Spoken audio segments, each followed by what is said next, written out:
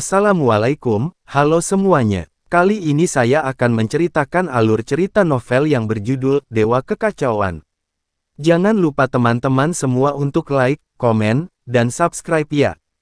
Tanpa basa-basi lagi kita mulai ceritanya. Di tengah kolam, kabut air muncul, dan warna keberuntungan berwarna-warni. Telur emas besar mengapung dan tenggelam di kabut, menjulang. Setiap pasang surut akan membuat kabut air di kolam berjatuhan tanpa henti. Li Longsing mengirimkan pikiran spiritualnya dan menyelidiki telur emas besar itu. Dengan keras, sinar pemikiran ilahi yang dia kirimkan dihancurkan dengan kejam saat itu tiba. Hah! Li Longsing tersentak. Telur emas besar ini terlalu menakutkan bukan? Dia mampu mengalahkan pengintaian spiritualnya sendiri. Orang harus tahu bahwa dia adalah orang yang kuat di lapisan ke-9 alam bawaan. Dari sini terlihat bahwa keberadaan di dalam telur emas besar itu memiliki kekuatan yang sama dengan dirinya. Hanya satu telur yang memiliki kekuatan tidak kurang dari lapisan ke-9 alam Xiantian, jadi begitu benda-benda di dalam telur raksasa emas ini keluar dari cangkangnya, bukankah itu akan melawan langit? Li Longsing menarik napas dalam-dalam, menekan keterkejutan di hatinya, dan melihat dengan saksama. Saya melihat bahwa telur raksasa emas itu tidak hanya sebesar ember, tetapi juga ditutupi dengan pola alami dan aneh yang tak terhitung jumlahnya pada cangkangnya. Pola berselang-seling sepertinya mengandung aturan jalan langit dan bumi, hanya dengan melihatnya, itu memberi orang perasaan mempesona. Senior, apakah kamu tahu telur apa itu? Li Longsing diam-diam bertanya. Dia tidak tahu telur raksasa emas ini, tapi ada tripod kuno yang tersembunyi di liontin batu giok di lehernya, dan ada monster tua di dalamnya. Meskipun orang tua ini tidak memberi muka, dan dia tidak ingin membantunya membunuh musuhnya, tapi dia bisa memberinya nasihat. Setelah mendengar kata-kata itu, senior misterius itu menjawab, biarkan aku melihat baik-baik. Setelah mengatakan itu, wajah tua semi-ilusi tiba-tiba muncul dari antara alis Li Longsing. Rambut putih dan janggut putih, gaya abadi. Perasaan spiritual Li Longsing juga merasakan wajah tua di antara alisnya, tetapi dia tidak berbicara. Dia tahu bahwa lelaki tua itu memperhatikan telur itu dengan hati-hati. Setelah menonton sebentar, senior misterius itu tiba-tiba membuka mulutnya lebar-lebar, dan mau tidak mau berteriak kaget, "Nak, kamu akan menghasilkan banyak uang kali ini." "Kamu tahu telur itu?" Li Longsing bertanya. Senior misterius menjawab, "Tentu saja, tidak ada telur monster di dunia ini yang dewa ini tidak tahu." "Kalau begitu beritahu aku," desak Li Longsing. Senior misterius itu berkata, "Jika saya ingin memberitahu Anda asal-usul telur itu, Anda harus membayar sesuatu terlebih dahulu." "Apa maksudmu?" Li Longsing berkerut. Senior misterius itu berkata, "Apakah kamu tahu tentang pertukaran yang setara? Sangat tidak mungkin melacurkan dirimu sendiri dengan sia-sia." Petik 2. Li Longsing diam-diam memarahi lelaki tua ini karena serakah. Tapi dia masih mengeluarkan sekumpulan harta surga, materi dan bumi, "Ini untukmu, apakah itu cukup?" Hanya ampas yang tak terhitung jumlahnya yang tersisa, yang tersebar di tanah satu demi satu. Senior misterius yang puas akhirnya menjawab, "Telur ini adalah keturunan Kunpeng kuno." Li Longsing sangat terkejut sehingga dia tidak bisa menahan diri untuk berseru, "Kamu bilang ada Kunpeng kuno di dalamnya?" "Karena itu adalah gua kuno, Kunpeng di dalamnya berasal dari zaman kuno." Senior misterius itu bersenandung dan melanjutkan, "Ini Kunpeng kuno. Apakah Anda ingin saya memperkenalkan binatang ini kepada Anda secara detail?" Meskipun Li Longsing telah membaca tentang Kunpeng kuno di buku-buku kuno, tapi dia ingin penjelasan langsung, dan dia pun mengangguk. "Oke, katakan padaku." "Bawa," kata senior misterius itu. "Apa yang kamu bawa?" Li Longsing terkejut. Senior misterius itu berkata dengan tidak puas, "Nak, apakah kamu lupa begitu cepat? Dewa saya mengatakan bahwa semuanya harus ditukar dengan nilai yang sama, dan tidak mungkin untuk pergi melacur dengan sia-sia." Zun memperkenalkan informasi Kunpeng kuno secara mendetail, jadi dia ingin penukaran harta surga dan bumi yang sesuai. "Keluar!" teriak Li Longsing tanpa basa-basi. Benda tua ini benar-benar jatuh ke mata uang, dan dia ingin memperdagangkan segalanya. Li Longxing dengan cepat menyebut benda tua ini sombong, membual, serakah, dan tidak tahu malu. Jika kamu berani kasar kepada dewa ini, maka Anda tidak akan pernah mendapatkan informasi lebih lanjut tentang Kunpeng kuno. Senior misterius itu terdiam dengan marah. Siapa peduli? Jawab Li Longxing. Kunpeng kuno memiliki catatan khusus dalam buku kuno keluarga Li. Li Longxing sama sekali tidak membutuhkan penjelasannya. Alasan mengapa saya setuju sekarang karena saya ingin mendengar apakah yang lama memiliki wawasan baru. Tanpa diduga, dia terlalu rakus. Meskipun Li Longxing tidak kekurangan bakat dan harta alam, dia masih perlu menabung sebagian untuk kultivasinya sendiri di masa depan. Matanya sekali lagi menatap telur raksasa emas yang mengambang itu. Pernapasannya juga menjadi cepat. Dibandingkan dengan ramuan tingkat tinggi di sebelah kolam, telur raksasa ini adalah harta yang sebenarnya. Setelah berhasil menetas, saya akan menjadi seperti harimau bersayap. Kunpeng kuno, kekuatan tempurnya, kecepatannya sangat mencengangkan. Jika saya membantu menetaskannya, maka Kunpeng kuno ini akan mengenali dirinya sebagai tuannya dan akan setia. Haha, Li Longxing tertawa dan melompat ke dalam kolam, berjalan menuju telur raksasa emas. Pada saat berada di kolam, Li Longxing merasakan arus hangat, yang dengan cepat meresap ke kakinya.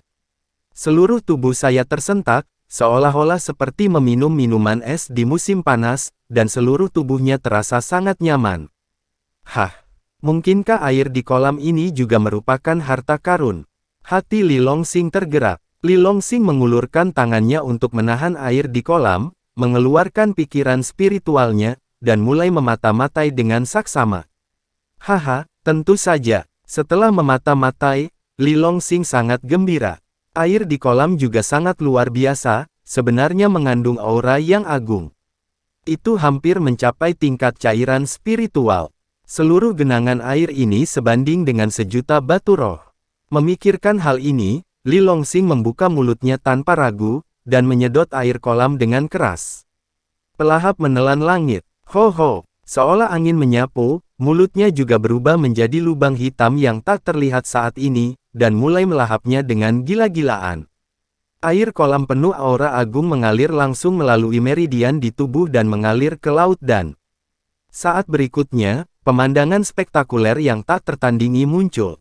Dengan suntikan cairan psikis dalam jumlah besar, Laut Pil, yang seperti dunia prasejarah primitif, langsung tampak turun hujan setelah kemarau panjang. Retakan di tanah berangsur-angsur sembuh satu demi satu. Beberapa tunas yang baru muncul juga sudah mulai tumbuh dengan subur. Segera, semua tunas hijau yang baru saja muncul menjadi setinggi beberapa inci. Subur dan memancarkan semburan suasana kacau yang aneh.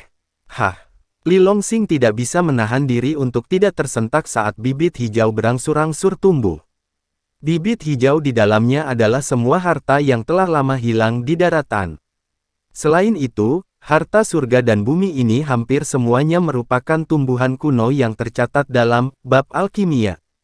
Sebagian besar tumbuhan ini sekarang sudah punah di daratan.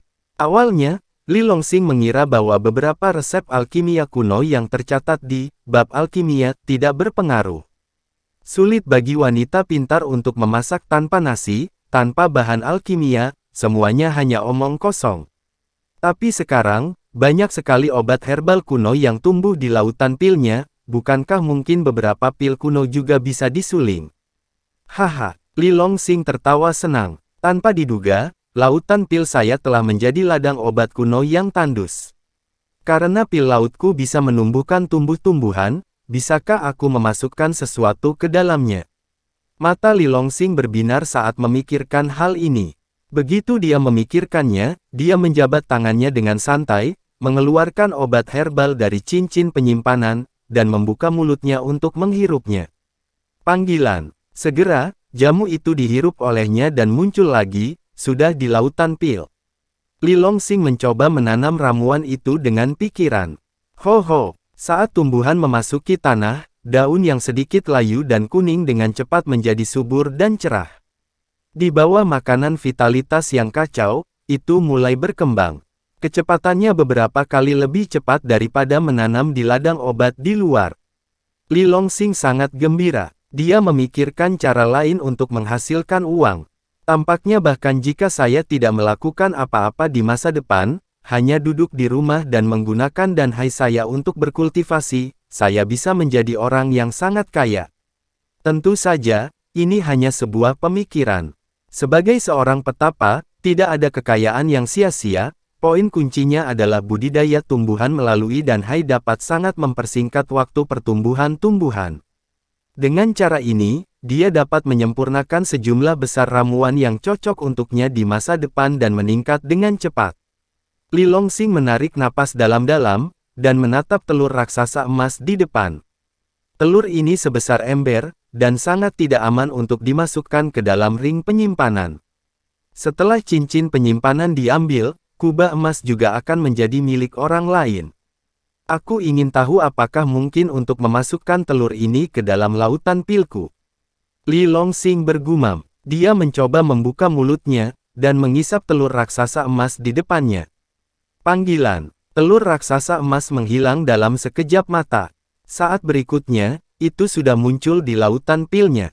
Itu sepenuhnya menempati hampir setengah dari danhai, dan menghancurkan beberapa obat herbal kuno. Sementara Li Longsing senang, dia diam-diam merasa danhainya masih terlalu kecil. Meskipun ini adalah dunia prasejarah yang belum sempurna, namun terbatas pada ranah, area yang dibuka sekarang tidak luas, hanya bisa menampung 2 telur raksasa emas. Tapi Li Longsing tidak peduli. Dia mengerti bahwa dengan peningkatan kekuatannya, danhainya akan menjadi semakin besar di masa depan. Sejak saat itu, semua barang berharga yang ada padanya dapat ditempatkan di dunia danhai. Kecuali dia mati, tidak ada yang bisa mengambil isi di dalamnya. Apa yang tidak diperhatikan Li Longsing adalah saat telur emas raksasa memasuki lautan pil, telur itu sedikit bergetar. Pada saat berikutnya, gumpalan vitalitas yang kacau tidak terlihat oleh mata telanjang, dengan cepat menembus ke dalam telur raksasa. Situasi di dalam telur raksasa itu tidak dapat dilihat, tetapi garis-garis aneh pada cangkang itu diam-diam mulai berubah. Menjadi lebih misterius, rumit dan sulit dipahami. Menyingkirkan telur emas raksasa, Li Longsing melompat ke kolam kosong. Mulai mencari dengan hati-hati di dalam gua. Segera, banyak senjata ajaib ditemukan di sudut. Namun, seiring berjalannya waktu, senjata ajaib itu telah lama membusuk. Sayang sekali, Li Longsing menggelengkan kepalanya merasakan fluktuasi kekuatan spiritual yang tersisa pada senjata ajaib itu. Setiap senjata ajaib di sini telah mencapai level harta karun roh. Sayang sekali waktunya terlalu lama, dan kekuatan spiritual di Lingbao hampir habis. Bahkan jika dia mengambilnya, itu hanyalah tumpukan besi tua. Tampaknya tidak ada yang baik di sini. Li Longsing mencari lagi, dan menemukan bahwa tidak ada yang lain. Tapi dia sudah sangat puas. Karena ini adalah gua monster purba, secara alami tidak menyembunyikan terlalu banyak senjata ajaib seperti gua biksu manusia.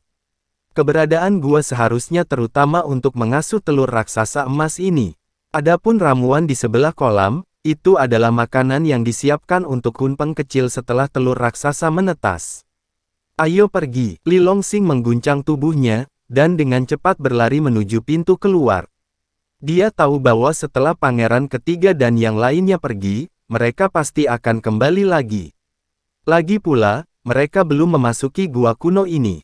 Tidak dapat dilakukan setengah jalan. Li Longsing meninggalkan gua, tiba-tiba hatinya tergerak. Saya hanya mendengar suara samar menerobos udara, dan mereka datang ke arah lembah dengan cepat. Dengan kilatan di mata Li Longsing, dia dengan cepat melompat dan berlari menuju gunung tinggi di sebelahnya. Tidak lama setelah mencapai puncak gunung, sosok yang tak terhitung jumlahnya meraung ke lembah. Pemimpinnya tidak lain adalah pangeran ketiga, Long Xingyao, Li Qianfeng dan lainnya. Tapi kali ini, selain mereka, ada juga tim sersan pembunuh berhelm hitam dan lapis baja hitam, mengikuti para penjaga. Meskipun hanya ada beberapa ratus sersan, mereka semua kekar, dengan matanya dingin, memancarkan semburan roh jahat yang membubung ke langit. Meskipun Li Longsing berada jauh, dia tidak bisa diam-diam berperang dingin. Ini jelas merupakan pasukan dari 100 pertempuran. Ini pengawal kilin dari kerajaan Yan besar. Li Longsing terkejut saat melihat baju zirah yang dikenakan oleh para sersan. Penjaga kilin dari kerajaan Yan besar, dengan reputasi hebat, bertempur ke segala arah. Itu adalah tim penjaga di bawah komando para pangeran, dan semua orang di dalamnya berada di atas alam bawaan. Dikatakan bahwa tim yang terdiri lebih dari 100 penjaga kilin dapat dengan mudah membunuh pembangkit tenaga manusia super. Tampaknya kali ini, Long Xingyao juga menghabiskan banyak uang untuk mendapatkan harta karun di gua kuno dengan membawa tim penjaga kilin. Li Longsing mengalihkan pandangannya ke depan, dan tiba-tiba mendarat di salah satu dari mereka. Itu adalah Liu Yanran. Meski hidungnya bengkak, tapi tetap menyanjung pangeran ketiga, dengan tatapan pasrah.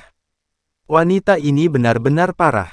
Setelah dipukuli seperti itu, dia tetap berada di sisi pangeran sampah. Li Longsing diam-diam menggelengkan kepalanya. Haha, ini dia, semua harta di sini adalah milikku. Long Xingyao tertawa terbahak-bahak. Dia melompat ke dalam lubang yang dalam terlebih dahulu, dan ketika dia melihat pintu batu yang runtuh di depannya, dia tiba-tiba terkejut. Dia buru-buru bergegas ke ruang bawah tanah. Melihat situasi di depannya dengan jelas, wajah Long Xingyao menjadi gelap, dan dia mau tidak mau membuka mulutnya untuk mengeluarkan raungan tajam. Matanya merah, dan dia sangat marah. Apa yang tidak dia duga adalah bahwa setelah dia pergi sebentar, semua harta di gua ini dijarah. Yang tersisa hanyalah kehancuran. Dari lubang di tanah dan energi monster agung yang tertinggal di dalam gua, dapat dinilai bahwa pasti ada semacam harta karun yang menantang surga di dalam gua ini. Tapi sekarang, semua hilang. Jika Aki mengetahui siapa yang mencuri harta karun itu, aku pasti akan memotongnya menjadi berkeping-keping. Mata Longsing hampir meledak, dan dia tampak seperti orang gila. Deru itu mengguncang langit, dan terdengar jelas oleh Li Longsing di luar. Haha, Li Longsing sangat senang melihat pangeran ketiga terpuruk, dia hampir tertawa terbahak-bahak. Setelah tertawa, dia mengguncang tubuhnya dan dengan cepat turun ke sisi lain gunung, bergegas ke hutan lebat. Dia mengerti bahwa saat berikutnya, pangeran sampah itu pasti akan meminta penjaga kilin mencari di sekitar, mencari orang yang mengambil harta karun dari gua. Jadi dia harus pergi sekarang. Tidak lama setelah Li Longsing pergi, pangeran ketiga yang marah segera mengeluarkan perintah pembunuhan. Dengar semuanya, cepat mulai pencarian di sekitar tempat ini, dan jika kalian melihat orang yang mencurigakan, tidak peduli siapa mereka, tangkap mereka semua, dan bunuh tanpa ampun. Semua pengawal kilin menyebar dan bergabung ke dalam hutan sekitarnya. Sepanjang jalan, banyak monster alam bawaan muncul dan memblokir mereka, tetapi mereka semua dikendalikan olehnya dengan raungan, dan dengan patuh merangkak ke samping. Li Longsing tidak membunuh mereka, tetapi memberi perintah dalam pikiran bawah sadar mereka, begitu mereka bertemu dengan pangeran ketiga dan kelompoknya, mereka akan dibunuh tanpa ampun. Meskipun tidak mungkin untuk benar-benar membunuh pangeran ketiga dengan monster-monster ini, tapi cukup untuk menyebabkan masalah besar bagi mereka. Mungkin itu bisa menghancurkan beberapa pengawal kilin. Setelah sebatang dupa, Li Longsing meninggalkan hutan lebat. Di depan adalah daerah perbukitan. Medan pegunungan Hengduan sangat kompleks, dengan ngarai hutan dan jurang serta perbukitan. Di bagian terdalam adalah Jueming Ridge, tanah terlarang yang terkenal di daratan. Li Longsing memikirkannya, tetapi alih-alih masuk lebih dalam, dia mengambil jalan memutar. Dia tidak terbiasa dengan tempat itu, jika dia dengan gegabah masuk jauh ke Jueming Ridge, dia akan berada dalam masalah besar. Dikatakan bahwa punggung bukit Jueming penuh dengan bahaya, dan burung pun sulit untuk menyeberang, bahkan orang yang sangat kuat dalam keadaan transformasi dapat rusak di dalamnya. Selama bertahun-tahun, dapat dikatakan bahwa sangat sedikit orang yang dapat kembali hidup dari dalam. Kekuatan Li Longsing hanyalah surga ke-9 dari alam bawaan sekarang, dan dia tidak akan pernah kembali begitu dia masuk. Li Longsing merentangkan langkah halusnya, melompati perbukitan.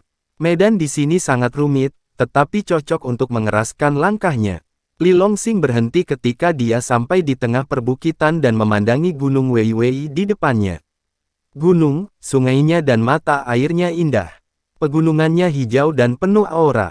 Terutama awan dan kabut di atas pegunungan yang tinggi benar-benar terkondensasi menjadi semburan kabut spiritual yang tipis. Tempat yang bagus. Melihat gunung tinggi di depannya, Li Longsing diam-diam memuji. Ini jelas merupakan tempat yang bagus untuk berlatih. Berlatihlah di sini untuk mendapatkan hasil 2 kali lipat dengan setengah usaha. Saatnya melangkah ke alam pengumpulan Qi. Li Longsing bergumam, dan langsung pergi ke gunung di depan. Dia akan menggali lubang di tengah gunung sebagai tempat latihan sementara. Maju ke alam pengumpulan Qi di sini sebelum pergi. Setelah 2 hari berburu gila-gilaan ini, wilayahnya telah sepenuhnya stabil. Seperti kera, Li Longsing langsung menuju lereng gunung. Berlari setelah berjalan beberapa saat, tiba-tiba langkah kaki itu berhenti. Saya melihat lubang gelap di lereng gunung di depan saya. Gua itu dipenuhi kabut hitam, memancarkan semburan aura monster yang agung. Dalam aura iblis, ada juga untaian aura kaya yang tersisa. Saat Li Longsing berhenti untuk menunggu dan melihat, raungan keras monster keluar dari gua.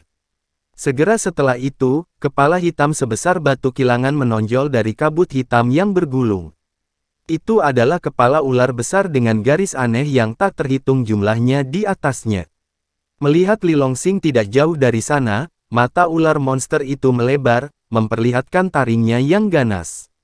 Manusia dan monster selalu tidak cocok. Mata ular monster itu tiba-tiba berubah menjadi merah, bergegas keluar dari gua, dan menerjang lurus ke arah Li Longsing. Temanku, ini sebenarnya ular iblis tingkat ketiga. Mata Li Longsing terpaku. Ular monster tingkat ketiga sebanding dengan petapa manusia di alam pengumpul Qi. Namun, Li Longsing tidak takut dengan ular monster yang kuat itu. Dia sekarang berada di tingkat ke-9 alam Xiantian. Mengandalkan latar belakangnya sendiri, bukan masalah besar untuk membunuh ular monster pengumpul Qi dengan menaikkan peringkat. Dengan gerakan tangan kanannya, pedang pembunuh naga jatuh ke tangannya. Dengan suntikan energi, pedang pembunuh naga langsung bercahaya. Roh jahat yang menakutkan meluap dari pedang berwarna merah darah. Dalam sekejap mata, ular monster itu sudah berada di sisinya, membuka mulutnya yang berdarah, dan menggigit Li Longsing dengan ganas. Sungguh mencari kematian. Mata Li Longsing berkedip dingin, dan jurus pertama, kedua, dan ketiga dari seni pedang kitab surgawi dibuka satu demi satu. Cahaya pedang yang terus-menerus, seperti bintang jatuh yang menembus langit malam, membentuk ribuan lampu pedang, dan langsung menuju ular monster itu. Wus! Cahaya pedang yang dipenuhi dengan vitalitas kacau yang agung jatuh ke tubuh ular, dan permukaan tubuh ular monster itu retak, dan darah memuncrat bagai badai. Potongan sisik hitam terlepas. Meskipun memiliki kulit kasar dan daging tebal, ular itu masih tidak dapat menangani 3 gerakan berturut-turut Li Longsing. Setelah pertempuran ini, atau ketika dia menemukan bahwa manusia di depannya tidak mudah diganggu, ular iblis itu berbalik dengan cepat dan melarikan diri dengan putus asa menuju gua di belakangnya. Lari! Li Longsing diam-diam memarahi monster itu. Saya baru saja melakukan pemanasan, kau sudah melarikan diri. Namun, lawan dengan level ini cocok untuk mengasah keterampilan bertarungnya, dan Li Longsing tidak ingin melepaskannya. Dia melompat, dengan cepat mengikuti, dan bergegas ke dalam gua. Aum! Saat Li Longsing masuk, raungan keras terdengar di telinganya, dan kepala hitam besar memukulnya dengan kejam. Binatang ini cukup licik, dia sebenarnya tahu bagaimana menyerang dengan cara mundur. Li Longsing mengerti, ternyata monster ini tidak pengecut, melainkan menunggunya di sini. Tapi dia tidak peduli, dia ingin berlatih dengan monster ular itu. Melihat ular monster itu bergegas ke arahnya dengan panik, Li Longsing menyingkirkan pedang pembunuh naga, mengepalkan tangan kanannya, dan meninju dengan seluruh kekuatannya. Dengan pukulan itu, dia menunjukkan aura puncak 9 surga alam Xiantian. Ledakan udara bergemuruh melalui gua. Boom! Tinju itu bertabrakan dengan kepala ular. Tubuh Li Longsing bergetar hebat, dan dia terpental terbang seperti cangkang. Dan di kepala ular besar itu juga terdapat lubang seukuran kepalan tangan, dan darah mengucur deras. Monster ular yang terluka itu benar-benar membangkitkan keganasannya, meludahkan pesan beracun, dan menembak ke arahnya. Li Longsing merentangkan langkah halusnya dan menghindari tabrakan. Dia mengepalkan tinjunya dengan kedua tangannya dan meledakkannya. Di lereng gunung, pasir dan bebatuan beterbangan, dan pepohonan tumbang. Gelombang udara yang megah berangkat setinggi puluhan kaki. Setelah sebatang dupa, ular monster itu dilumpuhkan sepenuhnya oleh Li Longsing. Seluruh tubuhnya penuh dengan lubang, itu mengerikan. Melihat ular monster yang sekarat itu, Li Longsing mengangkat pisaunya dan memotong kepala ular itu. Segera setelah itu, pil iblis seukuran kepalan tangan digali, menyimpannya di cincin penyimpanan. Setelah menyelesaikan semua ini, Li Longsing langsung pergi ke gua ular itu. Meskipun monster ular di alam penggumpulan Qi penuh dengan harta, kulit, urat, dan dagingnya semuanya bisa dijual dengan harga bagus, tapi dia tidak tertarik sekarang. Ada ular monster yang sangat kuat yang menjaga tempat ini, pasti ada semacam harta tingkat tinggi di dalam gua. Memasuki gua ular, saya melihat pohon kecil setinggi manusia, tumbuh subur. Masih ada beberapa buah hijau kecil yang tergantung di dahan. Meski belum matang, ada semburan kekuatan spiritual yang agung dan aroma yang samar, meluap dari buah hijau. Buah vermilion darah merah. Li Longsing terkejut. Bagus. Ketika Li Longsing menjadi kepala keluarga Li dari kerajaan Yan besar di masa lalu, dia membaca banyak buku. Dan di perpustakaan keluarga Li, banyak di antaranya tentang anekdot daratan, gunung dan sungai, bentang alam, dan harta surga dan bumi. Pohon kecil di depannya memiliki catatan terkait. Ini adalah pohon buah vermilion darah merah. Setelah buah matang, itu akan memiliki efek ajaib pada para petapa di alam bawaan dan alam pengumpulan Qi, dan dapat mencapai efek mencuci meridian dan meningkatkan fisik. Bahkan orang yang terlahir bodoh pun bisa menjadi sangat pintar setelah memakan buah vermilion darah merah ini. Buah kecil bisa dikatakan tak ternilai harganya. Dan buah vermilion darah merah ini bahkan lebih berharga bagi Li Longsing. Dalam bab tentang pelatihan tubuh di Kitab Kekacauan Surgawi, harta yang paling penting adalah buah vermilion darah merah ini. Karena kekurangan item ini, Li Longsing belum memulai latihan tubuh sampai sekarang. Saya tidak berharap untuk membunuh ular iblis dengan santai hari ini, dan mendapatkan pohon buah vermilion darah merah, yang dapat dianggap sebagai kegembiraan yang tak terduga. Li Longsing bergegas maju untuk mencabutnya, membuka mulutnya dan menghisapnya, memasukkannya ke dalam dantiannya dan menanamnya. Dengan nutrisi dari vitalitas dantian yang kacau, waktu pematangan buah vermilion darah merah bisa sangat dipersingkat. Melihat sekeliling, saya menemukan banyak harta karun alam lainnya di dalam gua. Li Longsing juga menyingkirkan semuanya. Setelah menyelesaikan semua ini, dia menempatkan larangan kuno tirani di pintu masuk gua, dan kemudian mulai berlatih.